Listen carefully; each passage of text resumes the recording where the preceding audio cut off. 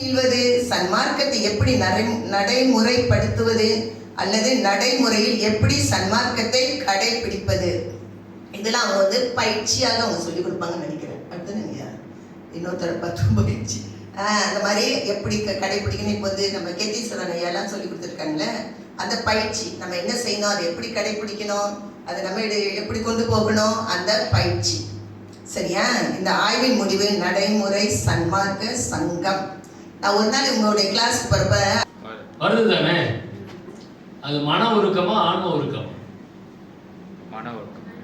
மன ஒழுக்கம்.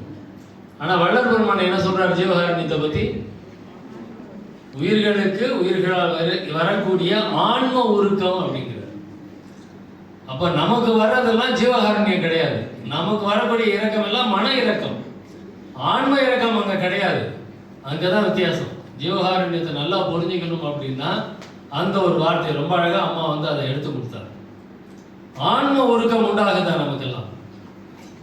மன ஒழுக்கத்துக்கும் ஆன்ம ஒழுக்கத்துக்கும் என்ன வித்தியாசம்? மன ஒழுக்கம்னா என்ன, ஆன்ம ஒழுக்கம்னா என்ன? மனம்னா என்ன, ஆன்மன்னா என்ன? நமக்கெல்லாம் வரக்கூடியது. அவர் தர்மசாலை ஆரம்பிச்சதோட நோக்கம் என்ன? ஆன்ம ஒழுக்கத்தில் ஆரம்பிச்சார். ஆனா நம்ம பயன்படுத்துற தர்மசாலை எப்படி பயன்படுத்துறோம்னா மன ஒழுக்கத்தில் பயன்படுத்திட்டு இருக்கோம். அங்கதான் அந்த வித்தியாசம் வள்ளல் பெருமானுக்கும் மற்றவர்களுக்கும் உள்ள வித்தியாசம். அப்ப மனம்னா என்ன, ஆன்மானா என்ன அப்படிங்கிறது தெரிஞ்சுக்கணும் இல்லையா? அப்புறம் மன ஒழுக்கம், அப்புறம் ஆன்ம ஒழுக்கம். அப்ப மனம் என்பது நம்மளுடைய கரணங்கள்ல ஒன்று இல்லையா? மனம் நம்ம உடம்புல உறுப்பே கிடையாது.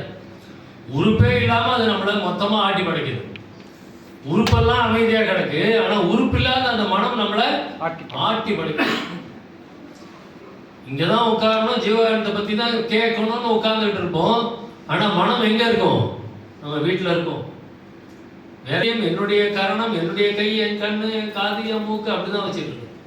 அந்த எண் என்பதுதான் நான் யாரு.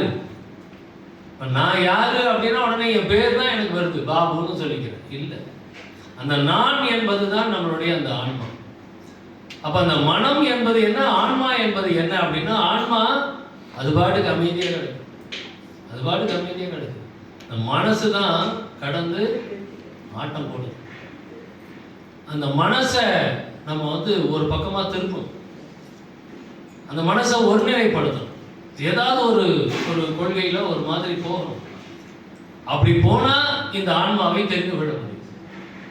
இந்த ஆன்மாவை நம்ம தெரிஞ்சுக்கணும் அப்படின்னா நம்மளுடைய இந்திரியங்கள், கரணங்கள் எல்லாம் ஒருநிலைப்பட்டு நம்பசப்பட்டு வரணும்.